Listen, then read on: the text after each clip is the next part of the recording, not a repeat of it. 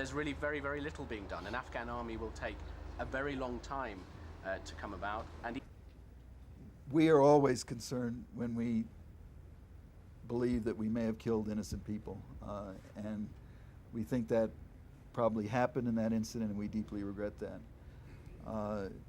But we have no regrets whatsoever about going after terrorists or people who have harbored terrorists, and we have really very little doubt that there were such people in that area. It was a combat zone.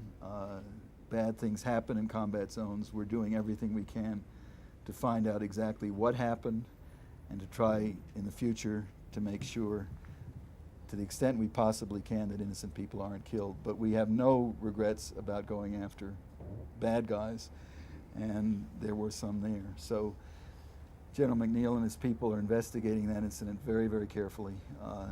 It's unfortunately takes a lot longer to get at the truth than it does to spread initial reports. Initial reports are usually wrong. The truth is harder to come by. On my behalf, personally, on behalf of the defense, I think I've said the same on behalf of our whole country.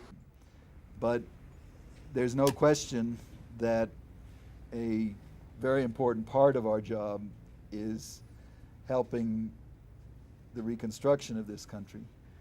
From the point of view of the military, that means first and foremost helping on the security side, helping to train the Afghan National Army, working with coalition partners in that venture, and also in training the police and the border guards on behalf of our whole country. And a big hooah to all of you. Thank you.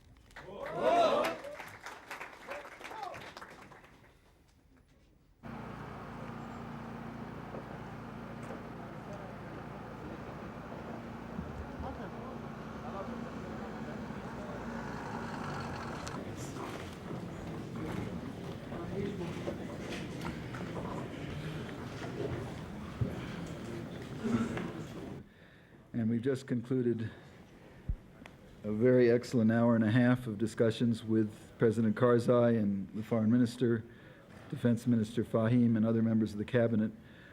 Our discussion centered most of all, I believe it's fair to say, on the importance of training and developing the Afghan National Army, but in a sense, I would say more broadly, on the importance of strengthening those national institutions that can move Afghanistan forward. So I think the ISAF has accomplished something very important, continues to accomplish something very important, and its mission here in Kabul is extremely important. And when the British said they were out after 6 months and the Turks eventually agreed to take on the lead, Turkey did so on condition that the mission be confined to Kabul.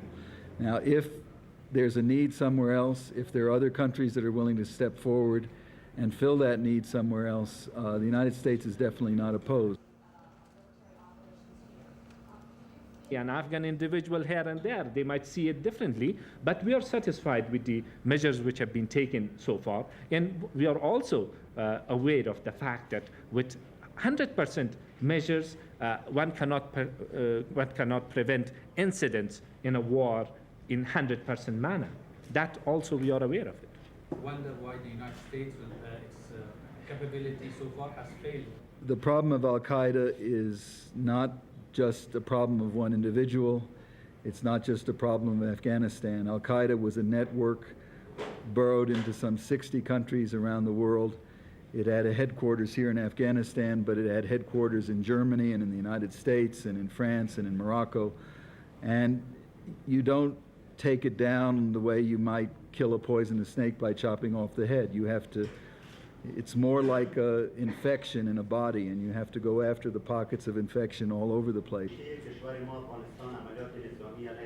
Completely. Okay, thank you. Thank you very much.